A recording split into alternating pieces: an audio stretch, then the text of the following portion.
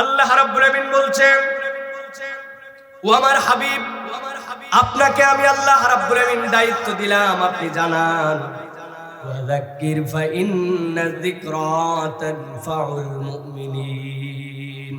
আপনি কোরআনের জিকির করেন, আপনি কোরআনের বয়ান করেন, আপনি আল্লাহর বিধানকে তাদের সামনে যে স্মরণ করায় দেন, আমি আল্লাহ গ্যারান্টার হলাম, ফাইন্না যিকরা তানফাউল মুমিনিন, নিশ্চয় এই জিকিরের দ্বারা ঈমানদারদের উপকার হবে। আল্লাহ রাব্বুল আমিন উপকারকে এই জায়গাতে আম করে রাখলেন, খাস করেন আল্লাহ কি উপকার হবে। আল্লাহ বলছেন, নবী আপনি জানাই দেন, ওয়ামা খালাকতুল জিন্না ওয়াল ইনসা ইল্লা লিয়াবুদুন।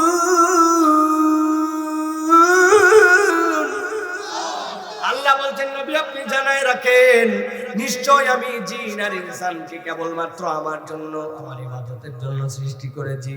আল্লাহ বলছেন, দুনিয়ার মানুষ আর জিন সৃষ্টি হয়েছে আল্লাহর ইবাদতের জন্য। কিন্তু কিছু কিছু মানুষ একটু মাথার মধ্যে যদি ইসলাম সম্পর্কে ধারণা না থাকে, এই আয়াতে কারিমার দ্বারা সে ভুল বুঝতে পারে, সে মনে করতে পারে আমি যে নামাজ পড়ি, আমি যে দান খয়রাত করি, আমি যে রোজা রাখি, আমি যে মাহফিলের জন্য টাকা পয়সা দিয়ে সাহায্য করি, আল্লাহর কাছে এই যে ইবাদতগুলা করি, এইটার দ্বারা বোধহয় আল্লাহর মর্যাদা বৃদ্ধি পায়, আল্লাহ বোধহয় আল্লাহর মর্যাদা বাড়ানোর জন্য আমার দ্বারা ইবাদত নেয়। না না না, দুনিয়ার সব মানুষ যদি আল্লাহর ইবাদত বন্ধ করে দেয়, আমার আল্লাহর ইজ্জত এক চুলো কমে না। দুনিয়ার সব মানুষ যদি ইবাদত করতে শুরু করে, আমার আল্লাহর ইজ্জত এক চুলো বাড়ানো সম্ভব নয়। আল্লাহর ইজ্জত তার জায়গায় অনড়। আল্লাহ বলছেন, তাহলে আমি যে তোমাদেরকে সৃষ্টি করলাম, জিন আর ইনসানকে কেন সৃষ্টি করলাম? ইবাদত করার জন্য। আল্লাহ বলতেছেন, তাহলে তোমার কাছে ক্লিয়ার থাকা দরকার, মা উরিদু মিনহুম মির রিজকি ওয়া মা উরিদু আন ইউতিমুন। আমি বান্দার কাছ থেকে রিজিকও চাই না, আমি বান্দার কাছ থেকে কোনো খাদ্যও চাই না। উল্টা আল্লাহ বলতেছেন, বান্দা জেনে রাখো, ইন্নাল্লাহু ওয়ার রাজ্জাকু যুল কুওয়াতিল মাতিন। তোমার রব হচ্ছে রাজ্জাক, তোমার রব হচ্ছে কুওয়াতিল মাতিন, অমুখাপেক্ষী রব, তিনি কারো কাছে মুখাপেক্ষী নন। এখন আপনার কাছে যদি জিজ্ঞাসা করা হয়, আল্লাহ এই আয়াতে যে আমাদেরকে রাজ্জাক বলেছেন, তিনি আমাদের রিজিক দাতা, এই কথাই কি আমাদের বিশ্বাস আছে কিনা? আল্লাহ যে আমাদের রাজ্জাক, বিশ্বাস আছে? আল্লাহ আমাদের রাজ্জাক বিশ্বাস আছে, কিন্তু কনসেপ্ট আমাদের পরিষ্কার নাই। আল্লাহ কেমনে রাজ্জাক আপনার? বলে, আল্লাহর দয়ায় বিদেশে আমার এক ছেলে আছে, ঢাকায় একটা ভালো চাকরি করে, আল্লাহ দিলে জমি জমা আছে, হুজুর আমার খাওয়া পড়ার কোনো চিন্তা নাই, ধান চাল বাজার হাট নিয়ে আমার কোনো চিন্তা নাই, আল্লাহ দিলে আমার এই দিকটা আল্লাহ রাব্বুল আমিন খুব ভালো রাখছে। আপনি যদি মনে করেন আল্লাহ আপনারে খালি খাওয়ায়, আল্লাহ আপনার বাজার হাটের সমস্যা দূর করে দিয়েছে, আপনার ধান চালের সমস্যা নাই, তাহলে আল্লাহ যে রাজ্জাক এইটার আপনি 5% বুঝতে পারছেন। আল্লাহ যে রাজ্জাক এর 95% আপনার কাছে এখনো কনসেপ্ট পরিষ্কার নয়। কেমনে পরিষ্কার নয়? আল্লাহ কেমন রাজ্জাক আপনি নিজের দিকে তাকান। আল্লাহ রাব্বুল আমিন আপনাকে রিজিক দিচ্ছেন কিভাবে? এই যে আমার যে গোশ, প্রত্যেক বৃহস্পতিবার আমার গোশ কাটা লাগে, বড় হয়ে যায়, কিন্তু একবার কোনোদিন বান্দা ভাবলো না গোফের থেকে মাপ দিয়ে 4 আঙ্গুল মাপলে এই গোফ থেকে উপরে আমার ভুরুর লোমগুলাও ওঠে, ভুরুর লোমগুলা তো আমার কাটা লাগে না, কিন্তু গোফ তো আমার দৈনন্দিন বড় হয়ে যায়। আপনার দাঁতগুলা মায়ের পেটের থেকে হওয়া 1.5 বছরের মধ্যে দাঁত উঠে গেছে, বাড়তে বাড়তে আপনার এই ছোট্ট একটু দাঁত এইখানে এসে থেমে গেল। আর একই শরীরের মধ্যে আঙ্গুলগুলা সপ্তাহে সপ্তাহে নখগুলা বেড়ে যাচ্ছে, ওই নখগুলা আপনার কাটতে কাটতে অবস্থা খারাপ। তাহলে কোন আল্লাহ আপনার দাঁতের জায়গা মতো থামায় দিল? কোন আল্লাহ আপনার ভুরুর চুলের জায়গা মতো থামায় দিল? আর কোন আল্লাহ আপনার নখগুলাকে বাড়ায় দিল? আপনি চিন্তা করছেন আল্লাহ বোধহয় আমারে খালি খাওয়ায়, এইটুকুই বোধহয় তিনি রাজ্জাক। না না না, আল্লাহ রাব্বুল আমিন বান্দার জীবনে যা দেন সবগুলাই তিনি রাজ্জাক রব হিসাবে দেন। আল্লাহ বলছেন, এই জন্যই তিনি হচ্ছেন যুল কুওয়াতিল মাতিন। সুবহানাল্লাহ। ভালো করে খেয়াল করবেন, কতবার আমি উদাহরণ দেই, বাথরুমের ভিতরে জুতা পরি আমরা, ওই জুতা 6 মাস যেতে না যাতে জুতার তলা স্লিপারি হয়ে যায়, জুতা পরিবর্তন করা লাগে, স্পঞ্জ ফেলে দেওয়া লাগে, ঠিক কিনা? পায়ের তলার জুতা আপনার 10 ধাপ মাত্র বাথরুমের মধ্যে ঘোরেন, তাতে আপনার জুতার তলা ক্ষয় যায়।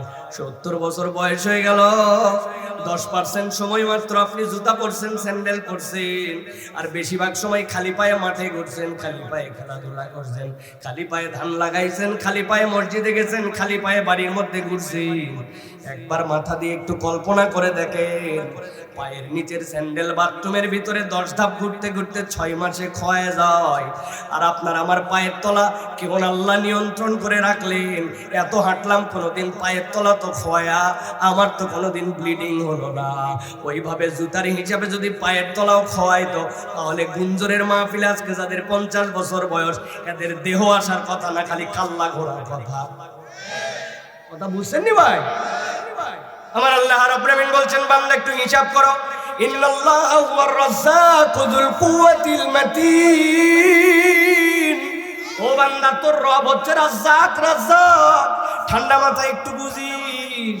তোর গাড়ির সামনে যে ড্যাশবোর্ড পরিষ্কার করার জন্য ওয়াইফার লাগানো থাকে, সাপ দেওয়া লাগবে, ধুলায় ময়লা হয়ে গেছে, পাশের গাড়ির থেকে ছিটায় এসে ময়লা পড়ে গেছে, হঠাৎ করে সাপ দিয়ে দেখে পানি নাই, ভিতরে 3 লিটারের ট্যাঙ্কি থাকে, আবার পানি রিজার্ভ থেকে দেওয়া লাগে, তারপরে পুশ করে আপনি আপনার গ্লাস ধুতে পারবেন। সারা বছরে হয়তো সর্বোচ্চ আধা ঘন্টা কি 1 ঘন্টার জন্য এটা চালানো লাগে, কিন্তু পানি পরিবর্তন করা লাগে। প্রত্যেক দিন বান্দা 22,000 বার চোখের পলক খুলতেছে আর বন্ধ করতেছে। কোনোদিন আপনার এই জায়গায় নিজের থেকে লিকুইড ঢুকানো লাগলো না, অথচ চোখ যদি একবার শুকায় যাইতো, আর একবার যদি ঘেস ঘেস করে চোখের উপর দিয়ে পাতাটা খুলতো আর বন্ধ করতো, বান্দার চোখ ঝাপসা হয়ে যেত। আল্লাহ বলছেন, তুই মনে করছিস আমি তোরে খালি খাওয়াই, তোর চোখ যে খুলি আর বন্ধ করি বান্দা, এইটার হিসাবই তো আল্লাহর সামনে তুই দেওয়ার উপযুক্ত নস। হিসাব মিলায় নেন, হিসাব মিলায় নেন। মানুষের নাকের মধ্যে ছোট্ট একটা মেশিন থাকে, মেশিনটার নাম ফেরোনাস্ক। কি বলছি? এখন তাপমাত্রা চলে 17 ডিগ্রি সেলসিয়াস। আমি একবার নিউ ইয়র্কে ছিলাম, মাইনাস ছিল 10। সেখান থেকে গেছি ডেট্রয়েট, মিশিগানে, যাওয়ার পরে দেখি -13। সেখান থেকে বাফেলো গেছি, -30। বুঝছেন ব্যাপার? আপনার ফ্রিজের ভিতরে -17, আর আমি গেছি -30। আবার হজের সময় যারা গেছেন, আরাফাতের দিনের তাপমাত্রা 44, 45, 46 ডিগ্রি। মোবাইল খুলে দেখবেন feel like 50 degree Celsius, 50 degree তাপমাত্রা। এখন বান্দার বুক তো অপরিবর্তিত, এই লাঞ্চের ভিতরে তো তার জন্য নাক দিয়ে নিঃশ্বাস যায়। যেই বান্দা মাইনাসে আছে, ওই ঠান্ডা যদি একবার বুকের মধ্যে লেগে যায়, 1 মুহূর্তের মধ্যে বরফ হয়ে নিউমোনিয়া হয়ে শেষ হয়ে যাবে। কেননা বাহিরে মগ দিয়ে এরকম করে পানি নিক্ষেপ করে দিল, ওই পানি অটোমেটিক বরফ হয়ে যাচ্ছে, কিন্তু বান্দার লাঞ্চ তো ঠিকঠাক মতো চলতেছে। আবার যখন 50 ডিগ্রি, তখনও তো আবার ঠিকঠাক মতো চলতেছে। তখন এত গরম, ওই নিঃশ্বাস যেহেতু তার লোহিত কণিকা, রক্তের শ্বেত কণিকা সবগুলাকে শেষ করে ফেলার কথা। বিজ্ঞানীরা বলতেছেন মাইক্রো সেকেন্ডের মধ্যে ফেরোনাস ছোট্ট একটু একটা কনভার্টার মেশিন আল্লাহ লাগায় রাখছেন। 1 মুহূর্ত দেরি হয় না, বাহিরের তাপমাত্রা মাইনাস না প্লাস, এইটা দেখার বিষয় নয়। ওই বান্দার দেহের জন্য যতটুকু কনভার্ট করে দিলে তার লাংটা ঠিক থাকবে, তার ফুসফুস ঠিক থাকবে, আল্লাহ সেইটুকুকে কনভার্ট করে ঢুকায় দেয়। আপনি আপনার মেশিন অল্প দিনের মধ্যে মেনটেনেন্স করা লাগে, মোবাইল পরিবর্তন করা লাগে, অল্প দিনের মধ্যে আপনার জন্য কত ধরনের ফিল্টার চেঞ্জ করা লাগে। জন্মের পরের থেকে আমি সারা জীবন পার করে ফেললাম, আল্লাহ বলতেছেন কোনো পরিবর্তন করা লাগলো না।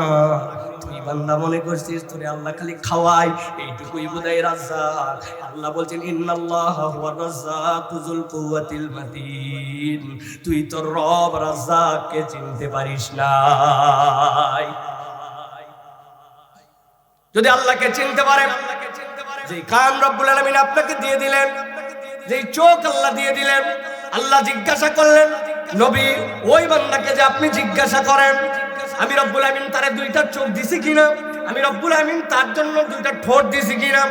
আল্লাহ রব্বুল আমিন বান্দাকে জিজ্ঞাসা করতে বলেছেন, এর মানে কি আল্লাহ তো চোখ দিছেনি, কিন্তু এই চোখের মেইনটেনেন্স নিয়ে তোমার চিন্তা করা লাগে না, কানের মেইনটেনেন্স নিয়ে তোমার চিন্তা করা লাগে না। আল্লাহ বলছেন বান্দাকে বুঝায় দেন যে আল্লাহ হচ্ছে রাজ্জাক। চলেন এবার পেছন দিক থেকে সামনে যাই, 4টা আয়াতে আল্লাহ নিজের পরিচয় দিলেন রাজ্জাক, মনে থাকবে তো? আল্লাহ বলছেন তার আগের আয়াতের মধ্যে মা উরিদু মিনহুম মিন রিজকিন, তাদের কাছে কোনো রিজিক আমি চাই না।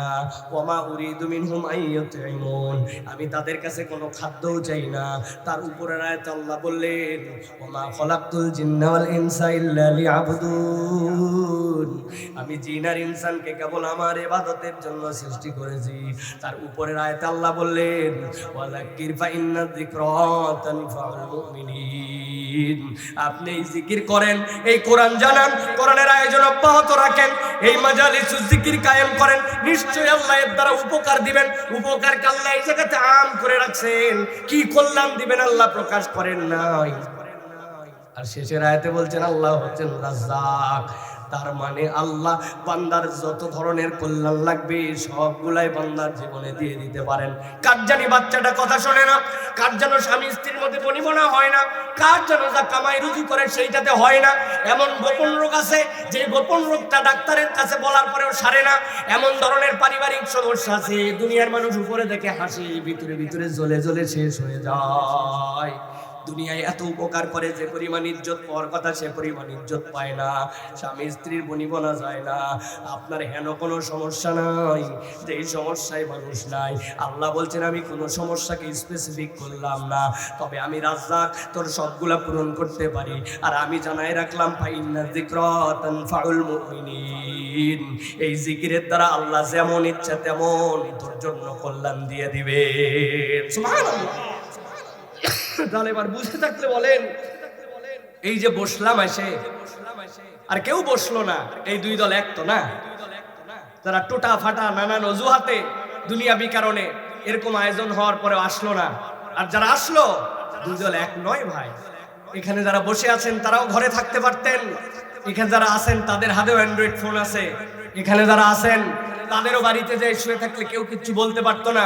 এখানে যারা আছেন মিশামিশি এক গন্ডগোলের অজুহাতে বাইকবাজি করে ওই জায়গাতে যায় হ্যাডম দেখানো, এখানকার লোকও পারতেন। কিন্তু আল্লাহ যাদের দিলের মধ্যে কোরআনের মহাব্বত দিছেন, আর আল্লাহ যাদেরকে বিবেচনা করেছেন যে আজকের মজলিসে আনবেন, তারাই কেবল ভিতরে আসতে পারছে। ঠিক কিনা? মনে রাখছেন, সহজ বিষয় নয়, নিজের ইচ্ছায় সবকিছু করা যায় না। ইচ্ছার পেছনের একজন পরিচালক আছেন, মহাপরিকল্পনাকারী আছেন, তিনি হচ্ছেন আল্লাহ। ঠিক কিনা? যারে ধুকায় ধুকায় মেরে ফেলে দিবে জন্য নানান ষড়যন্ত্র করছে, নানান ভাবে ক্রিটিসাইজ করছে, বাড়ি ভেঙে ধুলিস্যাৎ করে দিছে, দেশ থেকে বাইরে হওয়ার নানান প্রস্তাব দিছে, হেন কোনো তার বিপক্ষে অবস্থান নাই যেটা করে নাই। রাত দিন 5টা কথা বললেই ওই অসভ্য এর বিপক্ষে কথা বলতো। আজকে পুরা বাংলাদেশের মানুষ দেখেন তার জন্য দোয়া করে, আরেকজন দেশের থেকে গেছে তো গেছে, এই দেশে আসার পরে তাতে জানাজা হবে বা দাফন হবে এরও গ্যারান্টি নেই। আরো ভাঙ্গে বলা লাগবে না, আপনারা বোঝেন না তো কিছু। আপনাদের রাস্তাও যেরকম ভাঙ্গা, মনও ভাঙ্গা না, বুঝছেন কথা, বুঝছেন একটু। আল্লাহ রাব্বুল আলামিন বলছেন ও আমার হাবিব, আপনার কাছে আমি আপনার উম্মতকে কতটুকু মূল্যায়ন করলাম। আল্লাহ রাব্বুল আলামিন বলতেছেন জানেন নাকি, এই মানুষের মধ্যে থেকে যখন তো ঈমান আনে আল্লাহর সাথে সাথে তার পরিচয় মুমিন হিসেবে লেখেন, কিন্তু আল্লাহ বলছেন আল্লাহ তাকে এইটুকুর মধ্যেই সীমাবদ্ধ রাখতে চান না। আল্লাহ চান যে আল্লাহর বিধিবিধানের কাছে সমর্পিত হয়ে যাক, আল্লাহ যা বলেছেন সেটা বিনা বাক্য ব্যয়ে মানতে শুরু করুক। একবার যদি বান্দা সেখানে এই কথা শুনতে শুরু করে, আল্লাহ বলছেন সে তখন মুসলিম। কিন্তু আল্লাহ এইটুকুতেই তাকে রাখতে চান না। আল্লাহ বলেন আমি একটা বাউন্ডারি ওয়াল দিছি, হুদুদ, ওই হুদুদটা হচ্ছে আমার নিষেধাজ্ঞার হুদুদ। আমি আল্লাহ বান্দার কাছে চাই ওই হুদুদকে কখনো যেন অতিক্রম না করে, আমি যা নিষেধ করেছি সেখান থেকে যেন সে নিজেকে সরায় নেয়। একবার যদি এই গ্রেডে উপস্থাপিত নিজেকে সে করতে পারে তাহলে সে তখন মুত্তাকি হয়। আর আল্লাহ বলছেন এটাই কেবল তার চূড়ান্ত গ্রেড নয়, আমি চাই এর উপরে সে উঠুক। কোন অবস্থাতে? আল্লাহ যেইটা করতে নিষেধ করেছেন সেখান থেকে নিজেকে সরায় রাখে, আল্লাহ যেইটা করতে বলেছেন সেটা তো করে, সাথে সাথে অতিরিক্ত অতিরিক্ত এমন কিছু ভালো কাজ করে যেটা করলে আল্লাহ খুশি হয়। আল্লাহ বলছেন ওই বান্দা তখন মুমিন থেকে মুসলিম, মুসলিম থেকে মুত্তাকি, এখানেই থেমে থাকে না। আল্লাহর দপ্তরে তখন ওই বান্দাটা মুহসিন হিসাবে পরিচিত হয়ে যায়। সুবহানাল্লাহ। আল্লাহ বলছেন নবী জেনে রাখেন, ইন্নাল মুত্তাকিনা ফি জান্নাতি ওয়া উয়ুন, যারা মুত্তাকি হবে আমি রব্বুল আমিন তাদেরকে জান্নাতি কেবল দিব না, সেখানে তাদের জন্য ঝর্ণা ধারার ব্যবস্থা থাকবে। তাদেরকে ডাক দিয়ে বলা হবে উদখুলুহা বিসালামিন আমিনিন, নিরাপত্তার সাথে তোমরা এখানে প্রবেশ করো। গভীর মনোযোগে খেয়াল করেন, আল্লাহ জান্নাতে ঢোকার সাথে সাথে প্রত্যেকটা বান্দার জীবনে 3টা নিয়ামত যুক্ত করে দিবেন। 1 নম্বরে আল্লাহ বলছেন ওয়া নাযানা মা ফি সুদুরিহিম মিন গিল্লিন, দুনিয়ার বুকে একজনের সাথে আরেকজনের ঈর্ষা ছিল, দুনিয়ার বুকে হাজার চেষ্টা করার পরে ঈর্ষা তার মধ্যে থেকে দূর করতে পারে নাই। অমুকের ছেলেটা আর আমার ছেলেটা একসাথে কোচিং করলো, তারটা ডাক্তারিতে চান্স পেয়ে গেল, আমি খুশি, কিন্তু আমারটা যে পাইলো না তার জন্য একটু ঈর্ষা দিনের মধ্যে কাজ করে। একই এলাকায় ছিলাম, আমার ছেলেটা অমুক দেশে গেল, আরেকজনেরটা ইউরোপে চলে গেল, আমার মনের মধ্যে তার জন্য ভালো লাগা আছে, কিন্তু দিলের মধ্যে একটু ঈর্ষা থাকে, একটু হলেও একটু কষ্ট থাকে। আল্লাহ বলতেছেন যেই না জান্নাতে ঢুকবে, আমি আল্লাহ বললাম তাদের অন্তরের মধ্যে যে ঈর্ষা থাকবে সাথে সাথে সবগুলা দূর করে দেওয়া হবে। আল্লাহ বলছেন তারা ইখওয়ানা, ভাই ভাই হয়ে যাবে। আল্লাহ বলছেন এরপরে এই ভ্রাতৃত্বের প্রকাশ স্বরূপ আলা সুরুরিম মুতাকাবিলিন, আল্লাহ আল্লাহর সামনে তাদেরকে সামনাসামনি বসায়া মজমাতে হাজির করে দিবেন। সুবহানাল্লাহ। আল্লাহ বলছেন 2 নম্বর কি হবে জানো নাকি, লা ইয়ামাসুহুম ফিহা নাসাবুন, আমি রব্বুল আলামিন জানালাম যত ভালো জিনিসই সে শুনুক না কেন, যত ভালো জিনিসই খাক না কেন, যত তৃপ্তিকর বিষয় হোক না কেন, বান্দা মাত্রই দুনিয়াতে তার জীবনে ক্লান্তি আসবে। আল্লাহ বলছেন আমি এরপরে ওই বান্দার জন্য জান্নাতে ঢুকে দ্বিতীয় যেইটা করব তার থেকে ক্লান্তি দূর করে দিব, তার জীবনে আর কোনো ক্লান্তি থাকবে না। ওয়া মা হুম মিনহা বিমুখরাজিন, আর আমি আল্লাহ গ্যারান্টি দিব এই জান্নাত থেকে আর কখনো তোকে বের করা হবে না। সুবহানাল্লাহ। এবার বুঝে থাকলে বলেন এরকম জান্নাতে যাওয়ার আমাদের ইচ্ছা আছে না নাই? সকলের মনে এরকম জান্নাতে যাওয়ার তামান্না আছে না নাই? আল্লাহ বলছেন আপনার উম্মতের যদি তামান্না থাকবে, কিন্তু চোখ বন্ধ করে মাথা যদি নিচু করেন, ঠান্ডা মাথায় সকল চিন্তা বাদ দিয়ে একটু কল্পনা করেন, আজকে ফজর থেকে এই যে এখন রাত 10:30 পৌনে 11টা এই পর্যন্ত আমার সারাদিনের যে আমল নামা, চোখ দিয়ে কি দেখলাম, কান দিয়ে কি শুনলাম, মানুষ মনে করলো মুরব্বী হয়ে গেছে, দাড়ি পেকে গেছে, এই লোকের বোধহয় ভিতরে আর কোনো খারাপ কল্পনা আসে না, কিন্তু উনার সামনে দিয়ে এক মহিলা চলে যাওয়ার পরে ভিতরে তার কি জেগে গেছিল, ওইটা যদি কপাল দিয়ে লেখা হয়ে যেত, দুনিয়ার মানুষ সালাম দিত না।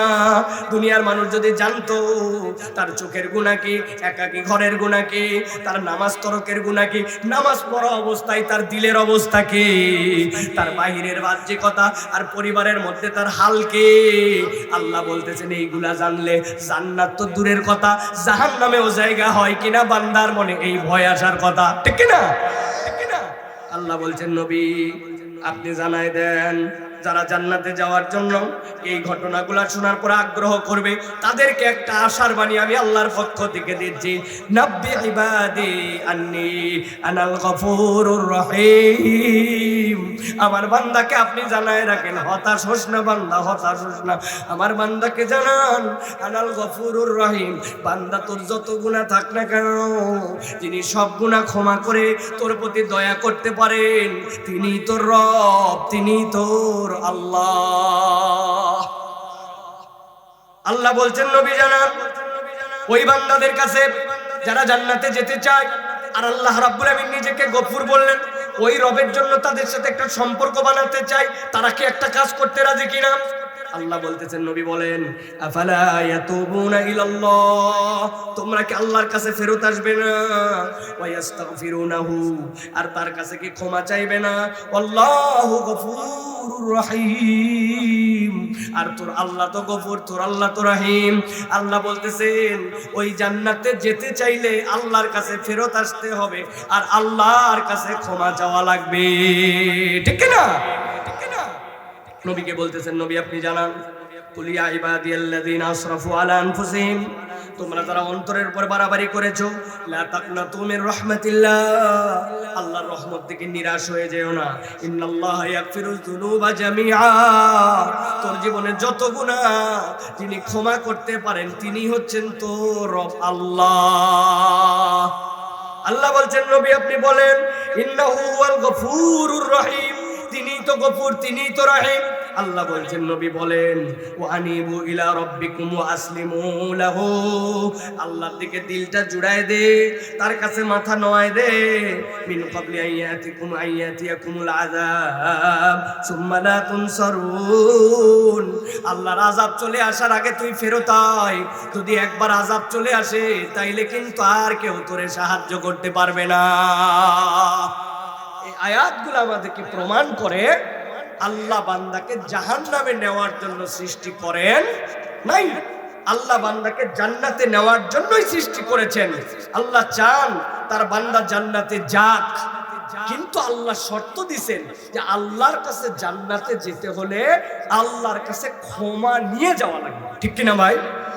আজকে মূলত আমাদের সংক্ষিপ্ত সময়ে মূল আলোচ্য বিষয় হচ্ছে, আমরা তো জানি আল্লাহর কাছে আমাদের যেতে হবে, আল্লাহর সামনে আমাদেরকে দাঁড়াতে হবে, সে যে হালতেই হোক। কিন্তু আল্লাহর কাছে আমাদের ক্ষমা নিয়ে দাঁড়ালে জান্নাত, ক্ষমা না গেলে বিপদ। ঠিক কিনা? আল্লাহর কাছে আমাদের ক্ষমা নিতে হবে। কিন্তু আমরা যদি বলি ভাই আল্লাহর কাছে যে আমরা ক্ষমা পাবো, এটার উপায়গুলা কি বলেন তো ভাই? আল্লাহর কাছে ক্ষমা লাভের উপায় কি? আমরা যা বলবো এইগুলা সবগুলো এলোমেলো, এক একজন এক একটা বলতে পারি নিজেদের বুদ্ধি বিবেচনা খাটায়। আমি মূলত আজকে যে কথা বলতে চাই প্রিয় ভাইরা, ভেরি ইম্পর্টেন্ট একটা আমরা মনে করি টপিক, সেটা হচ্ছে আল্লাহর কাছে ক্ষমা পাইতে হবে। কিন্তু এই ক্ষমা লাভের কতগুলো উপায় আছে, যেটা আল্লাহ আবার কোরআনে এবং নবীর মাধ্যমে হাদিসে জানায় দিয়েছেন। আজকে সংক্ষিপ্ত সময়ে আমরা কোরআন হাদিসের নির্যাসের আলোকে ক্ষমা লাভের মূল উপায় হচ্ছে 5টা। এই 5টা বিষয় শুনবো, মানার নিয়ত করে চলে যাব। তাহলে বলতে হবে কোরআন হাদিসের নির্যাসে ক্ষমা লাভের মৌলিক উপায় কয়টা? সবাই বলে নাই ভাই, একটু দিল দিয়ে বলতে হবে আপনাদেরকে, ক্ষমা লাভের মৌলিক উপায় কয়টা? হাতগুলা নিচেন আমার, সবগুলা রেডি করেন হাত। আমি যখন বলবো কয়টা, একসাথে হাত তুলে দেখাতে হবে। রেডি পারবেন না ভাই? বলেন তো তাহলে ক্ষমা লাভের মৌলিক উপায় কয়টা? সব হাত ওঠে নাই, আরেকবার শেষ সুযোগ দিলাম, সব হাত একসাথে তুলবেন। ক্ষমা লাভের মৌলিক উপায় কয়টা? কয়টা? মাশাআল্লাহ, এই 5টা ভাই একটু সরাতে একটু সরান। আপনি একটু পকেট চেক করে দেখেন তো, অনেকগুলো প্রশ্ন দিয়েছিল আপনাদের এলাকায়, প্রশ্ন উত্তরগুলা আছে কিনা পকেটের মধ্যে, প্রশ্ন উত্তরগুলা দিয়ে যাবো ইনশাআল্লাহ। বসেন।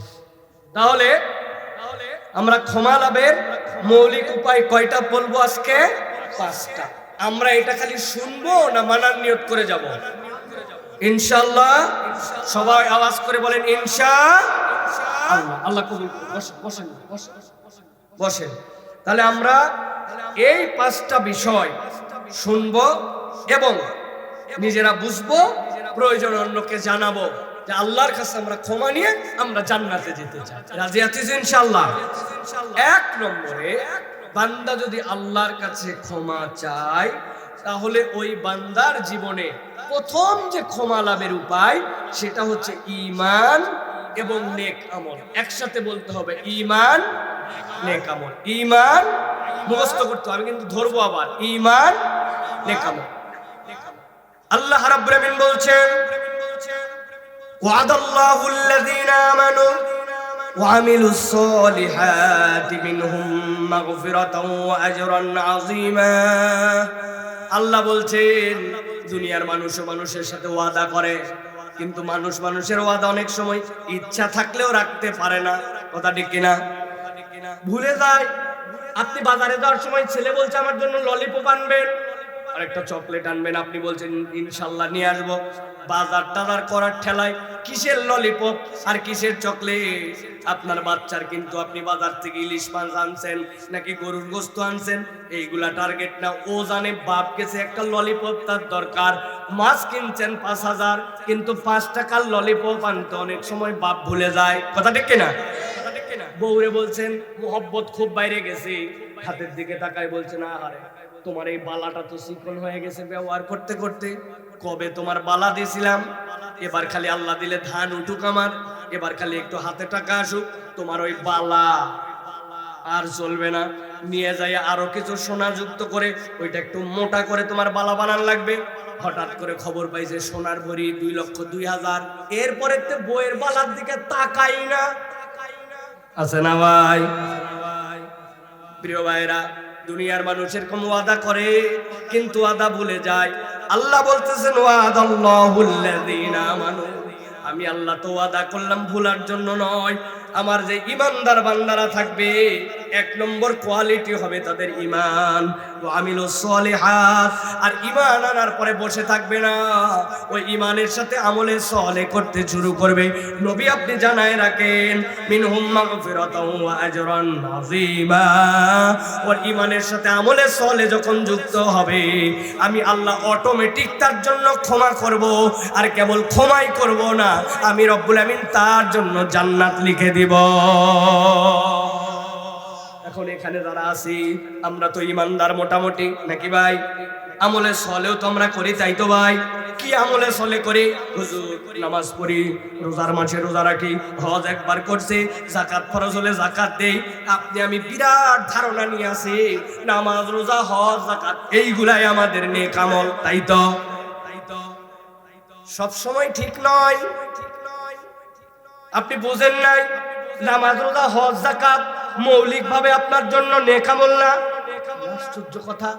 আবার নেক আমল কোনটা? উদাহরণ দেই, ভালো করে বুঝবেন। আপনার এলাকায় হাই স্কুল আছে তো ভাই? ড্রেস কোড আছে তো স্কুলের? স্কুলের ড্রেস সাদা শার্ট কালো প্যান্ট, টাইম আছে না স্কুলের? 8:30টার সময় স্কুলে যেতে হবে। স্কুলের পরীক্ষা আছে না? পরীক্ষা প্রথম সাময়িক, দ্বিতীয় সাময়িক, বাৎসরিক পরীক্ষার মধ্যে পাস মার্ক নির্ধারিত আছে কিনা? 33। এখন কোন একটা ছেলে এলাকার ভিআইপি, উনার অনেক ধরনের জামা কাপড়, বাপ থাকে বিদেশে, কোনোদিন লাল শার্ট কালো প্যান্ট, কোনোদিন হলুদ শার্ট সাদা প্যান্ট, উনার জ্যাকেট উনার টি শার্ট এইগুলা পরে বলছে তোদের নাই জন্য তোরা খালি সাদা শার্ট আর কালো প্যান্ট, আমার বহুত জামা কাপড়, এক এক দিন এক এক ড্রেসে যাব, স্কুল মানবে তো ভাই? বলছে আমার ঘুম ভাঙ্গে না ঠিকঠাক মতো, এই জন্য আমি 8:30টায় যেতে পারবো না, আমি 9:30টায় যাব। তোর কি মানবে তো স্কুল আলা? আপনি স্কুলের মধ্যে যাওয়ার পরে পরীক্ষায় বসেন, পরীক্ষায় 33 পান নাই, পাস মার্ক দিতে বাধ্য তো স্যার না। উদাহরণটা এমনি এমনি দেই নাই। একটা দুনিয়াবি স্কুলের যদি টাইমের রেস্ট্রিকশন থাকে, ড্রেস কোড থাকে, পড়ালেখার পাস মার্ক থাকে, নবী বলছেন বুনিয়াল ইসলাম আলা খামসিন, ইসলাম তোমার জন্য একটা কোড অফ কমপ্লিট লাইফ, তোমার জন্য একটা জীবন বিধান, তারও কতগুলা পাস মার্ক, তারও কতগুলা কোড আছে। ওইটা যদি না মানো তুমি ইসলামের মধ্যেই থাকো না। ঈমান আনার পরে সালাত, এটা তোমার জন্য ঐচ্ছিক নয়, এটা তোমার জন্য ফরজ। ওই সালাত তোমার টাইমে না আল্লাহর টাইমে পড়া লাগবে। রোজা তোমার জন্য, ওইটা আল্লাহর দেওয়া খুঁটি, ওইটা যদি তোমার না থাকে তাহলে তোমার ইসলাম মানা হয় নাই। হজ যদি ফরজ হয় আর তুমি যদি না করো তাহলে ইসলামের খুঁটির মধ্যে তুমি নাই। এখন বুঝে থাকলে বলেন তো, যেই কাজ না করলে ইসলামেই থাকে না আপনার নাম, তাহলে ওইটা কি ভালো কাজ না বাধ্যতামূলক কাজ? বাধ্যতামূলক কাজ। আল্লাহ বলতেছেন ওটা তো করবেই। নামাজ রোজা যদি ভালো কাজ না হয় তো কোনটা হবে? ওইটা তো করতেই হবে। কিন্তু আমি বললাম ইন্নাল্লাযিনা আমানু ওয়া আমিলুস সলিহাত, আমার বান্দারা কেবল ওইটুকুই করে থাকে না, ওই বান্দা ঈমানের সাথে আরো নেক কাজ করে, যেইটা করার কারণে আল্লাহ তার অটোমেটিক ক্ষমা করেন। নবী ব্যাখ্যা করেছেন,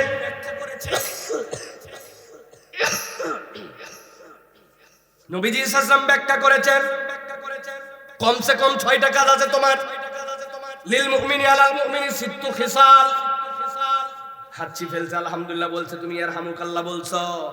অসুস্থ হয়ে গেছে দেখতে চলে গেছো, জানাজার খবর পাইছো শরীক হয়ে গেছো, রাস্তার মধ্যে একটা কোনো কষ্টদায়ক বস্তু দেখছো, একটু চেঞ্জ করে দিছো, তুমি কষ্টদায়ক বস্তুটা তুলে দিছো, তার মানে তোমার প্র্যাকটিস কিভাবে অতিরিক্ত ভালো কাজ করা যায়। আল্লাহ বলছেন ওই অতিরিক্ত ভালো কাজের দ্বারা আল্লাহ বান্দাকে অটোমেটিক ক্ষমা করে দেয়। এখন নিজেদের দিকে তাকায় দেখেন, নামাজ রোজা হজ যাকাতের বাহিরে আমরা আমাদের অতিরিক্ত নেক আমলের খবর আর খুঁজে পাই না। বাচ্চা কাচ্চা অনেক আছে এলাকায়, সারাদিন আড্ডা মারে, মোটরসাইকেল চালায়, রাস্তা বুঝলাম ঠিক হয় না, কিন্তু একদিন তো তোমরা উদ্যোগ নিতে পারতে যে এইগুলা খানাখন্দ বিশাল বড়, ওই খানাখন্দ গুলো একদিন আমরা অত্যন্তপক্ষে 5 হাত পূরণ করি, 5 হাত পূরণ করি। মসজিদের মধ্যে ইমাম সাহেব মুয়াজ্জিন সাহেব তো আছে, কিন্তু মসজিদের ফ্যান গুলা কালো হয়ে গেছে, জায়নামাজ গুলা ময়লা হয়ে গেছে, ওই কার্পেট গুলা ধোয়া ইমাম মুয়াজ্জিনের জন্য কঠিন। 10 বন্ধু বলে নিয়ত করছে 20 বার দিন ওযুখানাটা চকচকা করে, বাড়ির থেকে ব্রাশ নিয়ে আসে, বাড়ির থেকে ডিটারজেন্ট নিয়ে আসে, বাড়ির থেকে হারপিক নিয়ে এসে মসজিদটা ধুয়ে দিব, মসজিদের আশপাশটা সাফ করে সুন্দর করে কিছু ফুলের গাছ লাগাই দেব, এলাকাটা পরিচ্ছন্ন করব, কোন মানুষটা বিপদে আছে তার পাশে গিয়ে একটু দাঁড়াবো। আল্লাহ বলতেছেন, আল্লাহ দেখতে চান ঈমান আনার পরে তোমার সাধ্যের মধ্যে যেখানে কল্যাণকর করার কিছু আছে, তুমি সেই কল্যাণের সাথে যদি যুক্ত হও, আল্লাহর কাছে মাফ তোমার চাওয়া লাগবে না, আল্লাহ এই কল্যাণের কাজের দ্বারা অটোমেটিক তোমাকে মাফ করে দিবে। এই জন্য অতিরিক্ত অনেক কাজ নিজের জীবনে যুক্ত করতে হয়। মুরব্বী ঘড়ি দেখে 1:29 মিনিট 24 সেকেন্ড, আরো 26 সেকেন্ড আছে, নামাজের মসজিদে ঢুকতে চায় না, ডিজিটাল সমস্যা। অথচ মসজিদে ঢুকে 2 রাকাত তাহিয়াতুল ওযু পড়তে পারে, 2 রাকাত দুখুলুল মসজিদ পড়তে পারে, মসজিদে ঢুকে পর্যন্ত 1টা রাকাত অতিরিক্ত 2টা রাকাত নামাজ পড়বে, আমল নামায় নাই। অথচ মুরব্বী ঘোষণা দিয়ে বেড়ায়, বাপ বেটা টাটা সব চাকরিজীবী, বিদেশে থাকে, আমি এখন ফুল অবসর আছে না, ফুল অবসর উনি, কিন্তু উনার নিজের জীবনে কোনো আমল যুক্ত হয় নাই, এক পাতা কোরআন শরীফ এক্সট্রা পড়ে না। আল্লাহ বলতেছেন, ইন্নাল্লাযীনা আমানু ওয়া আমিলুস সলিহাত, তুমি অতিরিক্ত একটা নিজের জন্য ওজিফা বানাই নাও, প্রত্যেকদিন 1000 বার তসবিহ হাতে হোক, হাতে গুনে হোক, আমি নবীর প্রতি দরুদ এবং সালাম পাঠ করি, লা ইলাহা ইল্লাল্লাহু ওয়াহদাহু লা শারীকা লাহু লাহুল মুলকু ওয়া লাহুল হামদু ইউহয়ী ওয়া ইউমীত। এইটা আমি 500 বার পড়ি, আমার কাজ নাই, কিন্তু আমার অতিরিক্ত আমল আছে। আল্লাহ বলছেন, ঈমানের সাথে আমলের সলে তুমি যদি প্র্যাকটিস করো, আল্লাহ এইটা তোমার নাজাতের ওসিলা হিসাবে কবুল করবে। তাহলে বুঝে থাকলে বলেন, ঈমানের পরে খালি ফরজ কাজে থেমে গেলে হবে, নাকি আমাদের জীবনে ক্ষমা পাওয়ার জন্য অতিরিক্ত কাজের চেষ্টা করা লাগবে? লাগবে কিনা? এই মাহফিল বাস্তবায়নে আপনার চেষ্টা করছেন, এটা অতিরিক্ত নফল কাজ, এটা আপনার জন্য খরচ করছেন, টাকা দিয়েছেন, পয়সা দিছে, হুজুর আদায় করতে গেছে, হুজুর তো বলছে আদায় করা লাগবে না, ওয়াজ করেন ঠিকঠাক মতো, এগুলো আল্লাহ দিলে আমরাই ম্যানেজ করে দিয়ে দিতে পারি। এটা একটা অনন্য নজির আমাদের জন্য। তাহলে আমাদের প্রত্যেককে ভালো কাজের সাথে যুক্ত হতে হবে। রাজি আছি তো ইনশাআল্লাহ? 2 নম্বরে, বান্দা যদি আল্লাহর কাছে ক্ষমা পেতে চায়, আল্লাহ বলতেছেন আল্লাহর কাছে তাহলে বান্দাকে ক্ষমা চাওয়া লাগবে। কি বলছি? ক্ষমা চাওয়া লাগবে। এটা আবার কেমন কথা হুজুর? আমরা জানি তো, চলেন তো কেমন করে জানি।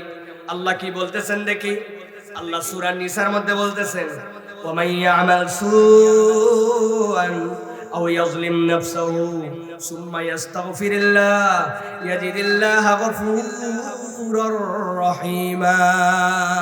আল্লাহ বলছেন, আমার বান্দার মধ্যে থেকে মান ইয়ামাল সুআন, যারা গুনাহ করে ফেলবে, আও ইয়াজলিম নাফসাহু, অথবা তার নফসের প্রতি জুলুম করে ফেলবে, আল্লাহ বলতেছেন এরপরে সে বসে থাকে না, সুম্মা ইস্তাগফিরিল্লাহ, আল্লাহর কাছে ক্ষমা চায়, আল্লাহ বলছেন ইয়াজিদিল্লাহা গফুরুর রহিমা, ওই বান্দা আল্লাহকে গফুরও পাবে, আল্লাহকে দয়াবানও পাবে। সুবহানাল্লাহ।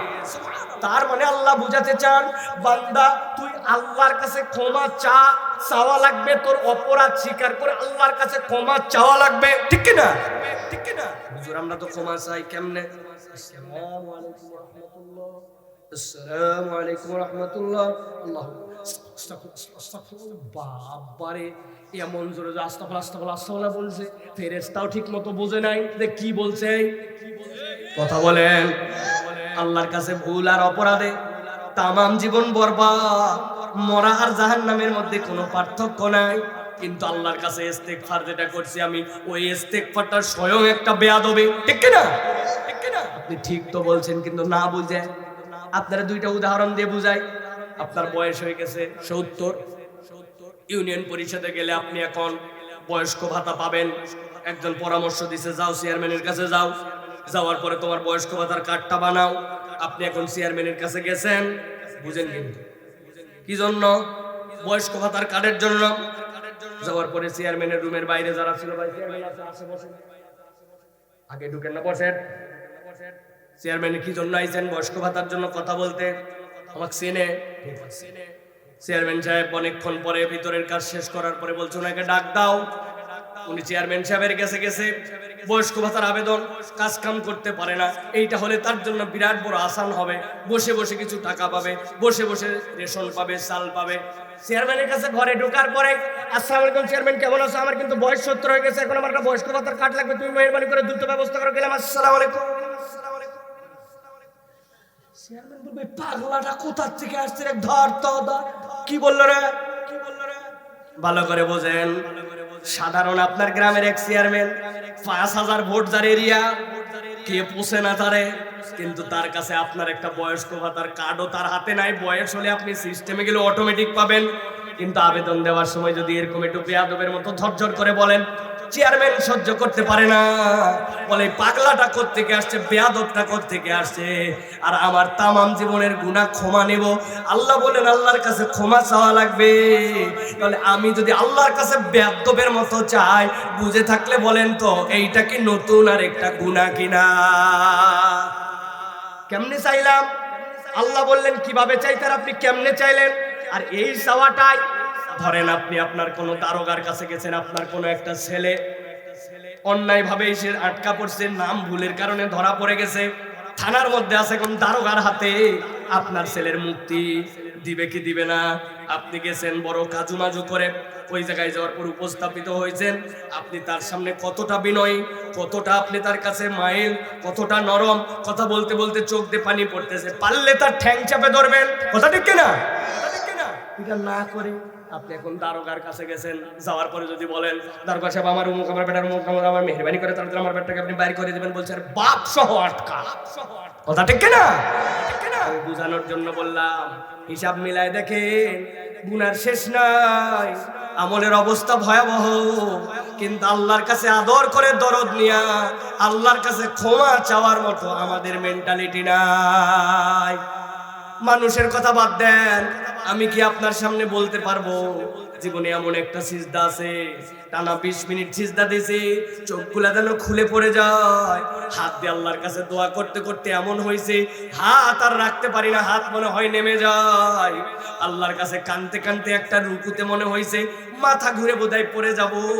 গুনাহ তো আসমান সমান, কিন্তু 10 মিনিটের রুকু নাই, 10 মিনিটের সিজদা নাই, আধা ঘন্টা আল্লাহর কাছে হাত তুলে দোয়া করছি, পুরা জীবনে আমাদের নাই। তাহলে আল্লাহ বলছেন সুম্মাইয়াস্তাগফিরিল্লাহ, আল্লাহর কাছে ক্ষমা চা, কিন্তু ক্ষমাটা যেমন তেমন নয়, আল্লাহর কাছে চাওয়ার মতো চাওয়া লাগবে, ঠিক কি না?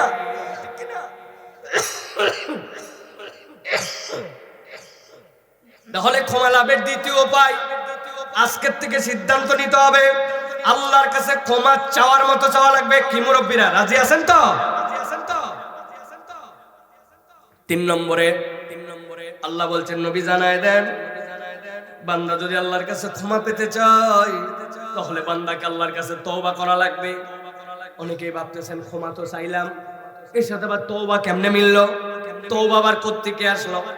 ক্ষমা এক জিনিস, তওবা এক জিনিস, ভালো করে বোঝেন। আল্লাহ কোরআনে বলছেন, ও দুনিয়ার মানুষ, তুবু ইলাল্লাহি তাওবাতান নাসুহা, আল্লাহর কাছে তওবা করো, তওবায়ে নাসুহা করো। নাসুহা মানে কি? এটা কি কোনো মহিলার নাম? জি না। নাসুহা শব্দটা দুইটা আরবি শব্দ থেকে আসছে, হয় এটা নাসাহাতুন থেকে অথবা নাসহাতুন থেকে। নাসাহাতুন থেকে যদি আসে তাহলে বললে বুঝবেন, আপনি দেখবেন আপনার ছেলের বাচ্চা হবে, আপনি দাদা হবেন, নানা হবেন, নানীদের প্রস্তুতি, দাদিদের প্রস্তুতি আছে, আপনার পুরাতন লুঙ্গি, আরেকটা হচ্ছে পুরাতন শাড়ি, আরেকটা হচ্ছে বিছানার চাদর, সবগুলাই পুরাতন। টান দিবেন চচ্চর করে চিড়ে যাবে। কিন্তু তিনটা দিয়ে জড়ো করছে, বড় বড় টোপ ফেলায় ফেলায় প্রথমে সেলাই করছে, এরপরে ছোট ছোট ছোট ছোট করে ফোঁড় দিয়ে সুন্দর করে একটা জিনিস বানাইছে। এটার নাম গুঞ্জরে কি কথা বলেন তো? এই যে একটা টানলে ছিটতো, কিন্তু তিনটা যোগ দেওয়ার পরে সেলাই দেওয়ার পরে ছেড়ে তো না। আল্লাহ বলছেন আল্লাহর সাথে ভাঙা সম্পর্ক জোড়া লাগানো, ওইটাই হচ্ছে নাসাহাতুন। কাঁথা যেরকম জোড়া দিয়ে ফেলছো, আল্লাহর সাথে সম্পর্ক নষ্ট হয়েছিল, তুবু ইলাল্লাহি তাওবাতান নাসুহা, জোড়া লাগা জোড়া লাগা। আর নাসাহাতুন মানে ফিরে আসা। আল্লাহ বলছেন তওবা মানে আল্লাহর কাছে প্রতিশ্রুতি করছে, আল্লাহ অতীতে ভুল ছিল, ভবিষ্যতে করব না, আর এখন অনুতপ্ত হৃদয় নিয়ে তোমার কাছে আসলাম। আল্লাহ কোরআনে বলছেন, নবী জানাই দেন, ওয়া হুয়াল্লাযী ইয়াকবালুত তাওবাতা আন ইবাদিহি ওয়া ইয়াফু আনিস সাইয়্যাত ওয়া ইয়ালামু মা তাফআলুন। আল্লাহ বলতেছেন ওই দিনই তো আল্লাহ যিনি তোমার তওবা কবুল করেন বান্দার থেকে, ওয়া ইয়াফু আনিস সাইয়্যাত, তার গুনাহ খাতাও maaf করে দেন, ওয়া ইয়ালামু মা তাফআলুন, আর বান্দা যা করে সব খবর যিনি রাখেন তিনি কে? জোরে বললেন না, তিনি কে? আল্লাহ। আল্লাহ বলছেন তার কাছে ফেরত আই। কবে ফেরত আসবো আমি? কবে? কতদিন পরে? ও তরুণ, ও যুবক, ওর মুখে দাড়ি নাই কেন ভাই? বিয়ের পরে দাড়ি রাখবো ভাবতেছ? কত তরুণ বিয়ের আগে মরে গেছে। মুরব্বী, আপনার পরিবর্তন হলো না এখন পর্যন্ত, দাড়ি রাখতে পারলেন না, বিড়ি ছাড়তে পারলেন না, গিবত গিল্লা বন্ধ করলেন না, কবে? বয়স হয় নাই ভাবতেছেন? না বাবা, মৃত্যুর কোনো বয়স নাই, যাওয়ার কোনো বয়স নাই, আসার সিরিয়াল আছে, যাওয়ার কোনো সিরিয়াল নাই। আল্লাহর কাছে চলে যেতে হবে কোন দিন যেন আমাদেরকে। আল্লাহ বলছেন ফেরত আয়। কত অপরাধ তোর, তুই তো 100 জন মানুষ মারিস নাই, দাহিয়াতুল করবি 100 জন মারার পরেও আল্লাহ নবী বলছেন কুলু লা ইলাহা ইল্লাল্লাহ তুফলিহুন, আল্লাহ তোমার সব মাফ করে দিবে, ফেরত আসো। তাহলে আমরা কবে ফেরত আসবো ভাই? তুমি এখনো বেনামাজি ভাই, কবে নামাজ ধরবা তুমি? জুম্মা যে আল্লাহর নির্দেশে পড়ো, ওই আল্লাহর নির্দেশে তুমি ওয়াক্ত পড়তে পারলে না, তুমি মোটরসাইকেল বাজি করে বেড়াও, বন্ধু বান্ধবদের আড্ডা দিয়ে বেড়াও, তোমার পিতা অমুক তমুক বিদেশ থাকে, ওইটার ফুটানি তুমি করে বেড়াও, প্যান্ট নতুন, জামা নতুন, মোবাইল বাজি করো, লোকজন তোমার সামনে বলতে পারে না, কিন্তু তুমি চলে যাওয়ার পরে মুরব্বীরা পিছনে বলে বেয়াদবের বেয়াদব, বলে কিনা? তোমার চুল কাটা দেখে বলে বেয়াদব, তোমার হাঁটা দেখে বলে বেয়াদব, তোমার বিড়ি খাওয়া দেখে বলে বেয়াদব, তোমার বাপরে বলতে পারে না, কিন্তু তোমারে বলে, আমারে বলে। অতএব ভাই, আল্লাহর জন্য পরিবর্তন হতে হবে। এর নাম তওবা। তওবা মানে এরকম কিছু না, তওবা মানে ফেরত চলে আসলাম, ভুল তো হবেই, কিন্তু আমি ফেরত আসছি। প্রিয় ভাইরা, যার কবরে সে যাবে, তোমার বন্ধু তোমার কবরে কিচ্ছু উপকার করতে পারবে না। আজকে তুমি যার খপ্পরে পরে বিড়িখোর হইছো, যার খপ্পরে পরে গাঁজাখোর হইছো, যার খপ্পরে পরে তুমি বাজে জিনিস দেখো, যে তোমারে মোবাইলে জুয়া খেলায়, যে তোমারে মোবাইলে বাজে জিনিস দেখায়, যে তোমারে জিএফ বিএফ নিয়ে আলোচনা করে পরামর্শ দেয়, ও তোমার কবরে কোনো 1 পয়সাও কাজ দিবে না, ও বরং তোমার থেকে আরো দূরে সরে যাবে। ওই দিন যাওয়ার পরে বলতে শুরু করবে, ইয়া ওয়াইলাতা লাইতানি লাম আত্তাখিজ ফুলানান খলিলা, ওই বেককলরে আমি বন্ধু না বানাইলে আজকে বাইচে যেতাম। ওই দিন তোমারে আরো অভিশাপ দিবে। পরিবর্তন হও ভাই। কুমিল্লা অঞ্চলে কাঁচা পয়সা, বিদেশে থাকে বেশিরভাগ মানুষ, আর এখানকার ছেলেপেলেরা উদ্ভট জীবন যাপন করে, শীতে মরে যায়, তাও ফুটানি করে পকেটের মধ্যে চুচুত করে হাত দিয়াও, গায়ে জামা পরবে না, বুঝাচ্ছে হ্যাঁ আমার কোনো শীত লাগে না। এই ফুটানি করে লাভ কি তোমার? এই মুড দেখায় লাভ কি তোমার? এই মুডের কোনো দাম নাই। আল্লাহর জন্য নিবেদিত হও। সাহাবায়ে কেরামের জীবনী পড়ো, দেখো তোমার আমার থেকে ছোট ছোট বয়সের মুআজ, এরা ইসলামের জন্য কি ডেডিকেটেড ছিলেন, এরা কিভাবে নিজেদের জীবন উৎসর্গ করে দিয়ে আল্লাহর নবীর প্রিয় সাহাবী হয়ে গেছেন। সুবহানাল্লাহ। আল্লাহ নবী তরুণদের জন্য, ইয়াংদের জন্য, যুবকদের জন্য আল্লাহ নবী সাল্লাল্লাহু আলাইহি ওয়াসাল্লাম যে পরিমাণ ভালোবাসা দেখাইছেন, কেউ আরে ভালোবাসা দেখাবে? মুরব্বী তো মসজিদে যাবেই, এই মুরব্বীর কাম কি? আর কোনো কাম নাই, ওরা ঘরেই পোষে না, বাড়ির থেকে বলে যাও তো বাড়ালে বাসে, খালি ফসর ফসর করো তুমি, এই তো বেকাই দেয় পরে মসজিদে যায় বসে আছে, যাবার দেখা নাই। চায়ের দোকানেও 1 কাপ চা খাওয়ার পরে কয় হ্যাঁ কতক্ষণ টিভি দেখবেন, অর্ডার কি আর দিবেন কিনা চিন্তা করছে, হ্যাঁ নেও শান্তি নাই, হ্যাঁ বেকাই দেয় পরে মসজিদে গেছে। আর তোমার আমার ঘোরার কোনো জায়গার অভাব নাই, রক্ত গরম আছে, যেখানে ইচ্ছে সেখানে যেতে পারি, বাইক দাবড়াতে পারি। এই মুরব্বী কি ইয়ামাহা এফজেডএস উঠাই দিলেও চলতে পারবে? আর হাড্ডি হুড্ডি সব খুলে পড়ে যাবে।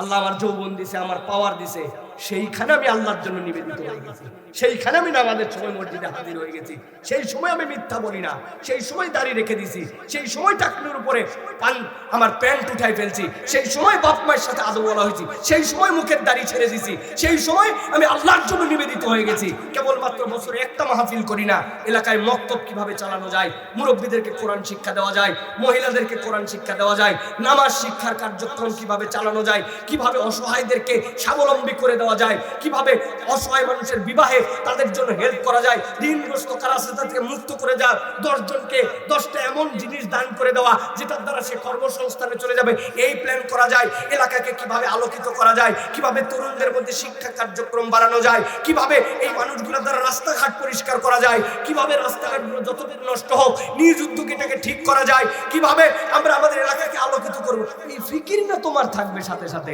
খালি ধান্দায় আছে বিদেশ যাব, কবে ভিসা হবে যাবে, খালি কয়ে বেলায় কি ব্যাপার, কি প্ল্যান, কই দোয়া করেন বিদেশ যাব। বিদেশ যাওয়া তোমার একমাত্র টার্গেট জীবনে। কত লোক তো ভিসা ভিসা সব নিয়ে এয়ারপোর্টে যায়, দেখে হাও মাও করে কাঁদতেছে, কি হয়েছে, কই আমারে কিসে কিসে না আটকাই দিয়েছে হুজুর, আর যাওয়া গেল না, সব টাকা পয়সা মার গেল। এই গল্প শোনো নাই তুমি? জীবন আটকায় থাকবে না, তওবা এর নাম, ফেরত আসার নাম। ও ভাই, একভাবে তোমার জীবন চলতে পারে না। তুমি ঠান্ডা মাথায় চোখ বন্ধ করে ভাইবো, ঘুমায় গেছো, পরের দিন হয়েছে তোমার চোখ খুলছে, তাহলে সকাল। আর যদি চোখ না খোলে পরের দিন তোমার পরকাল। চোখ খুলছে সকাল, চোখ বন্ধ পরকাল। 12 বছর বিয়ে করছে, বাচ্চা হয় না।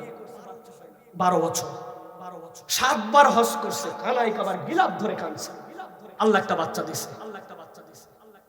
বাচ্চার বয়স 12 বছর। কি নয়নের মনি, কল্পনা করছেন? বাচ্চাটা তা হেফজোখানায় দিছে, 7 পারা হাফেজ হয়ে গেছে। হঠাৎ করে বিকালবেলা জ্বর, বাপ টেনশনে পড়ে গেছে, ডাক্তারকে ফোন দিছে। ডাক্তার বলছে যে পরিমাণ ডেঙ্গু হচ্ছে হাসপাতালে নিয়ে যান, যে ব্লাড টেস্ট করে রিপোর্টটা আমার হোয়াটসঅ্যাপে পাঠায়। হাসপাতালে নিয়ে গেছে, লাফাতে গেছে। কি সাহস! যারা রক্ত নিচ্ছে তারাও বলছে রে কান্দে নাই বাচ্চা, কি সাহস রে। রক্ত নিয়ে বের হয়ে আসতেছে, হাসপাতালের গেটের সামনে কেন জানি বাচ্চাটা একটু মাথা ঠলে পড়ে গেছে। পড়তে দেরি, এমার্জেন্সিতে নিয়ে গেছে, চেক করতে দেরি, মরা শেষ। 12 বছর বিয়ে, 12 বছর পরের সন্তান, 12 বছর বয়স, 12 মিনিটের মধ্যে বিদায়। পৃথিবীতে কোনো শক্তি আছে ওর বাপ্পারে সান্ত্বনা দিবে? সান্ত্বনা দিতে পারবে কেউ? এরকম মৃত্যু তো চোখের সামনে সকাল সন্ধ্যা খবর পাচ্ছি। কেন আমি সতর্ক হচ্ছি না? কেন আমি ভাবতেছি না? কেন আমি ভাবতেছি না যে আমার মৃত্যু হতে পারে? আমার ওস্তাদ আব্দুল্লাহ জাহাঙ্গীর রাহিমাহুল্লাহ বলতেন, নিজেকে দিয়ে ওসমান রাদিয়াল্লাহু তাআলার কবরের সামনে গেলে কাঁদতেন। এই ওয়াজ কে না জানে? এই ওয়াজ আমি সাইফুল্লাহ করি, আব্দুল্লাহ জাহাঙ্গীর রাহিমাহুল্লাহ করছেন। স্যার বলছেন ওসমানের এই ওয়াজ শুনায় লোকের কাছে বলি, কিন্তু আমি আব্দুল্লাহ জাহাঙ্গীর কোনোদিন ভাবলাম না যে এটা তো আমার জন্যও কবর হবে, তাহলে আমারও ভাবা দরকার। তো ওসমানের ওই গল্প শুনে আমার তাহলে লাভ কি হবে? কথা বলেন ভাই, কথা বলেন। তাহলে তওবা করা লাগবে তো ভাই, আল্লাহর কাছে ফেরত আসবো তো ভাই। কবে থেকে? সামনে রমজান থেকে ইনশাআল্লাহ, তাই তো না? সামনে রমজান থেকে ইনশাআল্লাহ। এই হজটা খালি শেষ করি, এবার দেখিস কেমন আমি হাজি সাহেব খালি হজ একবার করে, তাই তো না? বেটির বিয়ে খালি দেই, তারপরে দেখে নেস 3 চিল্লায় বানাই দেবো নাকি? না না, ফজর থেকে। কখন থেকে? তাহলে এটা গেল 3 নম্বর, মনে থাকবে তো? 4 নম্বরে আল্লাহর কাছে যদি ক্ষমা চাই, ক্ষমা লাভের 4 নম্বর উপায় আল্লাহ বলতেছেন তাকওয়া অর্জন করে ফেলো। তাকওয়া অর্জন, তাকওয়া যার সাথে আছে অটোমেটিক তার জীবনে ক্ষমা আছে। এটা হচ্ছে, আপনি দেখছেন কিনা, চাল যেগুলো অটো রাইস মিলে দেয়, শুধুমাত্র ধানটা নিয়ে যে দিয়ে দেয়, ওই ভিতরে ওই ধান সিদ্ধ হয়।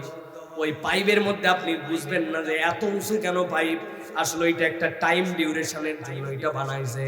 ওইটা পর্যন্ত ভয়ের দিয়ে আস্তে আস্তে করে যায়, ওর মধ্যে ওইটা শুকায় যায়। যাওয়ার পরে আবার যখন পরে 2টা সিদ্ধ লাগলে আবার 2বার বয়েল হয়, হওয়ার পরে আবার উঠে যায়। যাওয়ার পরে এরপরে কাটার জায়গাতে যায়, কাটার জায়গাতে যাওয়ার পরে কেটে যায়, কাটার পরে ঝাড়ার জায়গাতে যায়, ঝেড়ে যায়, ঝাড়ার পরে বস্তা চলে আসে, বস্তার মধ্যে মুখ প্যাকেট করে লোক কেবল খামালের মধ্যে দিয়ে দেয়, একদিক থেকে ঢুকায় একদিক থেকে বের করে দেয়। আল্লাহ বলছে আল্লাহর কাছে তোমার জন্য এরকম ক্ষমা প্রাপ্তির একটা চান্স আছে। ওই পদ্ধতিটার নাম হচ্ছে তাকওয়া অর্জন করা। আল্লাহ বলছেন নবী আপনি জানায় রাখেন, ইন্নাল্লাযীনা ইয়াখশাউনা রাব্বাহুম বিল গায়বি লাহুম মাগফিরাতুন ওয়া আজরুন কাবীর। আল্লাহ বলছেন জানায় রাখেন আমার হাবিব, নিশ্চয় যারা আল্লাহকে ভয় করে, দিলের মধ্যে রবের ভয় যাদের ঢুকে গেছে, বিল গায়ব, তিনি তো হচ্ছেন সেই রব যিনি অদৃশ্যের খবর রাখেন। আমার যেখানে কেউ দেখে না সেখানে আল্লাহ দেখে, ঘরের মধ্যে কেউ নাই, আমার ফোন আর আমি যা ইচ্ছা তাই দেখতে পারি, আমার বাথরুমের ভিতরে আমি আর আমার কেউ নাই। আল্লাহ বলছেন ওই বান্দা তখনও ভয় করে তার রব কি। আল্লাহ বলছেন ওই বান্দার এই ভীতিটা আল্লাহর কাছে এত মূল্যবান, লাহুম মাগফিরাতুন ওয়া আজরুন কাবীর। এই ভীতির কারণে আল্লাহ রাব্বুল আলামিন তার গুনাহ খাতা মাফ করে দেন। সুবহানাল্লাহ।